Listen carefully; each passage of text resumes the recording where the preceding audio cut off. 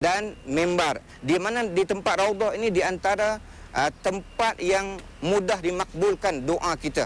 Kerana itu orang yang datang ke Madinah, Raudhah inilah tempat yang mereka selalu datang dan banyak berdoa kepada Allah Subhanahu Wa Taala. Kemudian Madinah juga satu kota yang paling akhir Allah musnahkan. Bila berlakunya kiamat, inilah kota yang paling akhir, bandar yang paling akhir dimusnahkan oleh Allah Subhanahu Wa Taala. Kemudian setiap pintu di Madinah ni ada pengawal dia. Pengawalnya ialah malaikat yang mengawal Madinah, yang mana apabila penyakit taun tak boleh masuk, Dajjal tidak boleh masuk kerana dikawal oleh malaikat.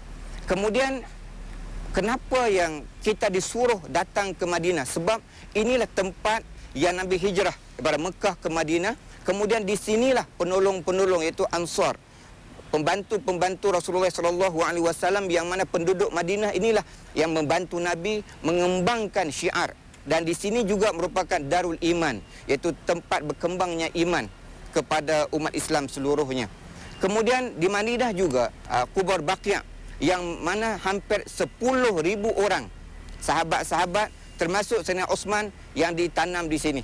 Karena itu kalau kita mampu untuk datang ke Madinah, marilah kita bersegera datang, kerana di sini banyak pahala, banyak ganjaran-ganjaran yang Allah sediakan kepada kita, dan di sini banyak turunnya ayat-ayat Al-Quran dan hadis Rasulullah SAW, dan di kebanyakan tempat adanya turunnya wahyu dan hadis Rasulullah SAW.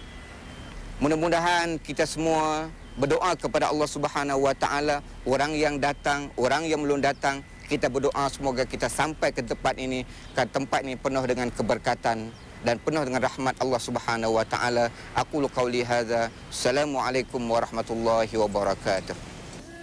Mereka tergiur juga. Mari kita bantu.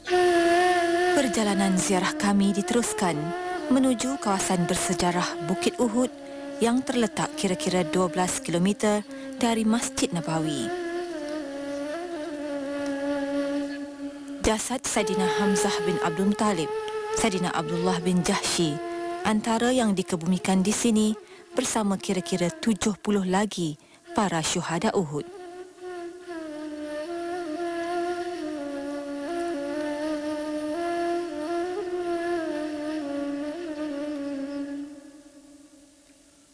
Kami turut menjejaki gua tempat persembunyian Rasulullah yang terletak di perkampungan Uhud.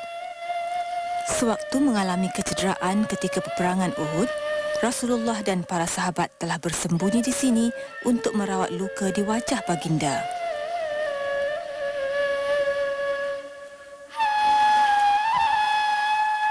Semerbak bau-bauan harum dari batu mustaqi, iaitu batu yang menjadi tempat baginda dan para sahabat duduk berehat di dalam gua ini.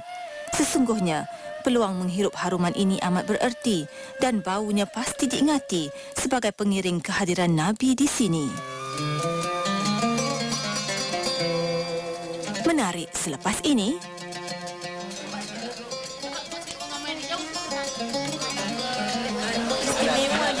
Ini banyak keistimewaan, banyak kelebihannya. Alangkah ruginya orang yang meninggalkan makan kurma ataupun buah tamar ini. Untuk mengetahui apakah kelebihan tamar, nantikan jawapan. kami diraikan dengan hidangan nasi mandi di perkebunan tamar milik seorang Arab Badawi Madinah bernama Musleh Al-Aufi yang berkahwin dengan wanita Melayu bernama Aisyah.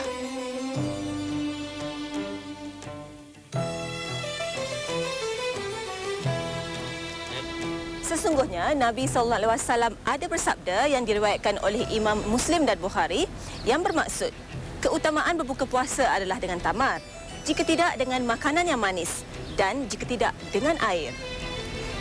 Oleh itu terbukti dalam sunnah Rasulullah SAW bahawa keberkatan dan keistimewaan tamar mempunyai hikmah yang tidak dapat difikirkan oleh akal manusia yang terhad ini. Kebun tamar yang terletak di pinggir kota Madinah ini mempunyai keluasan kira-kira 6 hektar. Antara 6 kebun tamar milik Musleh yang turut terletak di sekitar Madinah, inilah kebunnya yang paling kecil. terdapat banyak jenis tamar yang ditanam di kebun ini. Antaranya ajwa, safawi, lubana, ambar, syahlabi, bani Madinah, balkhi dan kudri. Dan setiap satunya mempunyai kelebihan tersendiri. Assalamualaikum warahmatullahi wabarakatuh. Alhamdulillahirrabbilalamin wa bihi nasta'in wassalatu wassalamu ala rasulillah wa ala alihi wa sahbihi ajma'in. Alhamdulillah kita bertemu lagi dan kali ini kita akan menceritakan tentang kelebihan buah tamar. Kelebihan buah tamar ini sebenarnya disebut oleh Allah Subhanahu wa taala di dalam Al-Quran, Nabi sebut di dalam hadis dan juga ramai tokoh perubatan Islam yang menceritakan tentang kelebihan tamar ini. Antaranya daripada Sa'ad bin Abi Waqqas, Rasulullah sallallahu alaihi wasallam telah bersabda, barang siapa di waktu paginya mereka memakan 7 biji tamar, nescaya mereka akan dijauhkan oleh Allah Subhanahu wa taala daripada mendapat serangan racun dan juga daripada mendapat serangan sihir. Kemudian lagi Imam Ibnul Qayyim, beliau mengatakan di dalam sebuah kitab yang bernama Tib An-Nabawi, kata beliau, barang siapa yang mengamalkan memakan kurma ataupun tamar ini, mereka akan kuat perut mereka, kuat badan mereka, dijauhkan daripada segala penyakit. Dan tamar ini, kata beliau, boleh menguatkan daya ingatan seseorang. Dan tamar juga, kata beliau lagi, merupakan minuman dan juga makanan yang kenyang. Daripada hadis kita dah dengar, daripada perubatan Islam kita dah dengar. Apa kata sekarang ini?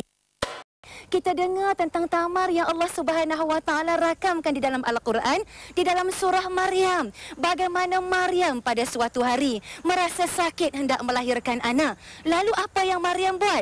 Maryam menyandarkan belakangnya di pokok tamar sambil ia berkata, ya Allah, alangkah baiknya kalau saya mati supaya selepas ini orang tak kenal lagi saya, orang boleh lupa kepada saya.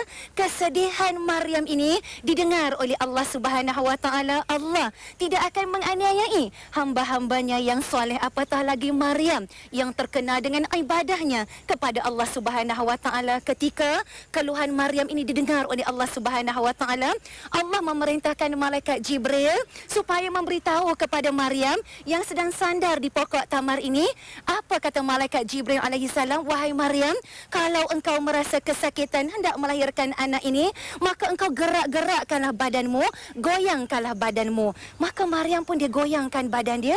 Dia tak ada tenaga lagi dah nak melahirkan anak. Bila Maryam menggoyangkan badannya, sebelum dia nak goyangkan badan dia, dia lihat tamar yang ada di atas kepalanya ini semua dah kering dah, daun pun dah tak ada. Dengan izin Allah Subhanahu wa taala, bila Maryam goyangkan badannya, tamar yang kering itu tiba-tiba menjadi ranum, menjadi masak, jatuh berguguran di atas tanah. Apa yang Maryam buat? Maryam ambil tamar ini, Maryam makan tamar ini. Sebaik saja Maryam makan buah tamar ini, dengan izin Allah juga, badan Maryam yang lemah itu menjadi seolah-olah mendapat kekuatan, mendapat tenaga. Akhirnya Allah memudahkan Maryam melahirkan anak walaupun seorang diri dengan berkat pertolongan melalui malaikat Jibril alaihi salam. Hebatnya kuasa Allah Subhanahu wa taala. Allah hantar keistimewaan ini kepada buah tamar. Justru itu kepada para wanita khususnya. Jangan lupa ya, sebelum nak melahirkan anak, amalkan buah tamar. Kajian juga mengatakan buah tamar ini sebenarnya banyak kandungan seratnya, banyak kandungan fibernya. Makna apa ya puan-puan ya? Siapa suka makan buah tamar, badan dia tak adalah gemuk sangat ya. Tapi janganlah ingat lepas ni ustazah kata makan tamar boleh diet, kita orang nak kurus. Jangan niat nak kurus saja, makan tamar niatlah sempena kita mengikut sunnah Nabi sallallahu alaihi wasallam. Kalau kita semua mengikut sunnah Nabi sallallahu alaihi wasallam, makan tamar banyak fadilat, banyak khasiat, pahala pun dapat juga. Sebaik-baiknya kepada ibu-ibu ya, jangan lupa bila anak dah dilahirkan, kalau boleh hari yang ke-7, ambil tamar, ya, kemudian kita hancurkan sedikit dekat jari kita, kemudian lorekkan ke atas langit anak-anak kita yang kita namakan sebagai tahnik. Kalau orang tua-tua kat kampung dia kata buka mulut ataupun maniskan mulut. Sebab apa? Sebab kajian mengatakan dengan tamar ini boleh menguatkan lelangit anak-anak kita ni supaya mereka ada persiapan untuk menyusu dengan ibu mereka, iaitu susu ibu. Sambil tahnik anak, bacalah doa. Antara doanya ialah Allahumma faqihu fiddin wa 'allimhu ta'wil. Doanya berbunyi begini, ya Allah, lancarkanlah anakku, berilah kefasihan dan kefahaman dalam agama, dan berilah kemahiran kepada anakku, ya Allah, akan ilmu-ilmu rahsia daripada Allah Subhanahu wa taala. Dan doa inilah disarankan oleh Rasulullah sallallahu alaihi wasallam. Selamat mengamalkan petua-petua yang diberikan. Sekian dahulu untuk kali ini. Jangan lupa ingat tamar, ingat banyak kelebihannya. Sehingga bertemu lagi. Wassalamualaikum warahmatullahi wabarakatuh. Macam ni. Boleh pakai? Buat macam tu saja?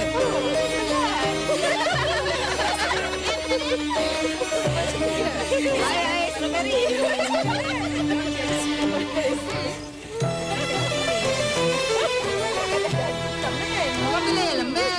Para penonton sekalian, apa yang akan saya ceritakan di sini adalah mengenai buah-buahan syurga, yang salah satunya adalah buah-buahan daripada bumi Madinah ini, barakah daripada Rasulullah yang kita namakan ajwa.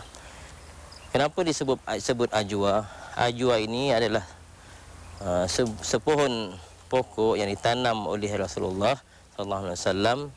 Kelebihan ajwa, kata Rasulullah, kalau kita nak makan ajwa, kita mesti makan ganjil. Khasiat ajwa ini adalah untuk menghindar daripada pukau, daripada terkena racun dan daripada penyakit sihir. Dan salah satu daripada kisah ambar. Ambar ini adalah tamar di bumi Madinah juga. Para ulama selalunya memakan buah tamar ini dalam ganjil juga, makannya pagi-pagi dengan air susu. Apabila kita makan ajwa ini, ingatan kita akan kembali kuat, dan ingatan kita akan kuat sebab ulama-ulama dulu mereka tinggal di Madinah seperti Imam Malik. Mereka sebenarnya menghafal Al-Quran dan sebagainya dengan begitu mudah, disebabkan mereka tahu cara menggunakan untuk makan buah tamar ambar ini. Dan yang ketiga, buah ini adalah dinamakan tamar juga, tapi dinamakan lubana. Tamar lubana ini khasiatnya adalah apabila dia telah masak dan tamar ini akan dikeringkan. Kalau kita biasa lihat, kalau para jemaah umrah atau haji datang berkunjung ke Madinah ini, mereka akan melihat di kedai-kedai Arab ianya menjual lubana. Lubana ini dia ringan. Ya, selalunya jemaah haji Malaysia tidak tahu apa kelebihan lubana ini. Kelebihan lubana ini adalah apabila kita nak menggunakan makan lubana ini, kalaulah sekiranya anak-anak kita tidak lalu makan, jadi kita rendam lubana ini ke dalam nasi yang nak dekat masak itu, dan lubana ini boleh mendatangkan selera makan. Dan begitu juga lubana ini kita rebuskan dia dan kita blend dia dan kita beri anak kita minum tiap-tiap pagi, dan dia juga akan menguatkan ingatan kita, insya-Allah. Waalaikumsalam warahmatullahi. كيف حالك؟ والله ما شفتك من زمان. كيف حالك؟ الحمد لله. كيف حالك؟ الله يبارك. عليكم السلام ورحمة الله. الحمد لله. اشتري دكان ثاني 60 70.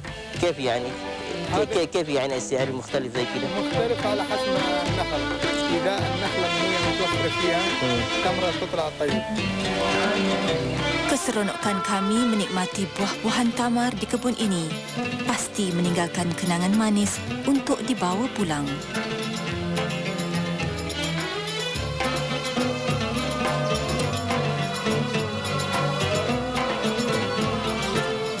Dan pastinya buah tangan tidak dilupakan.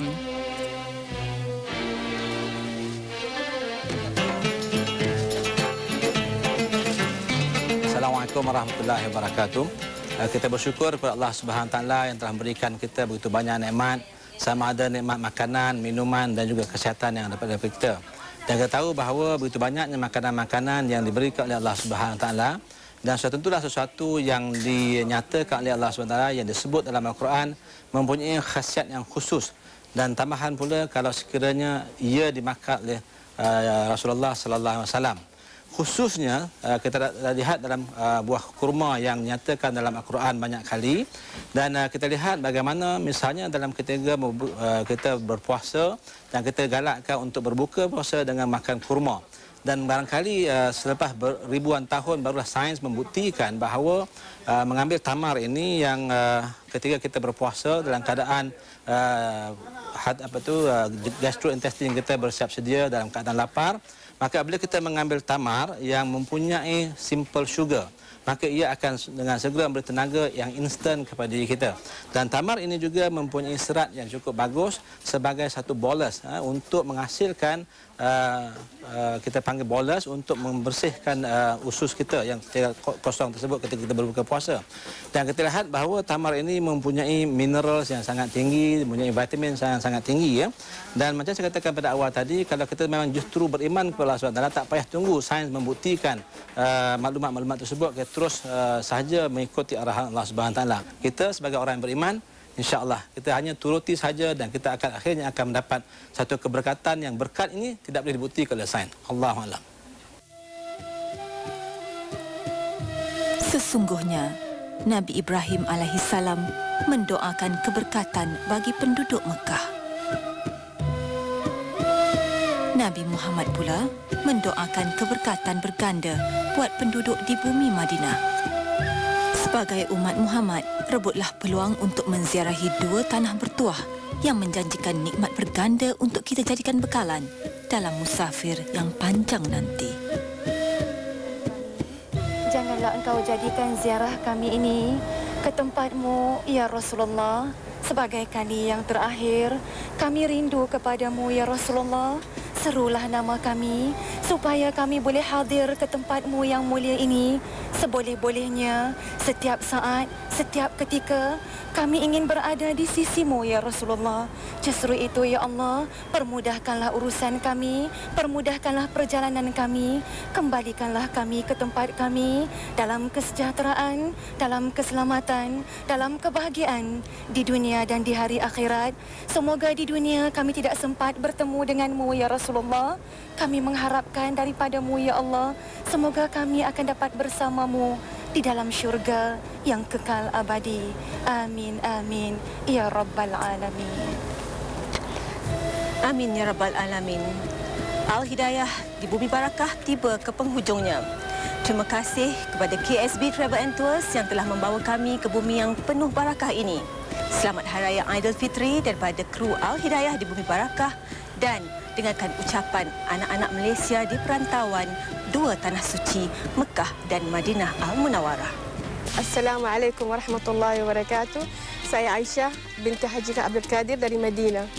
Ini sama suami saya kan, Maslih Aidul Aufi. Ini mak saya Hajah Naimah.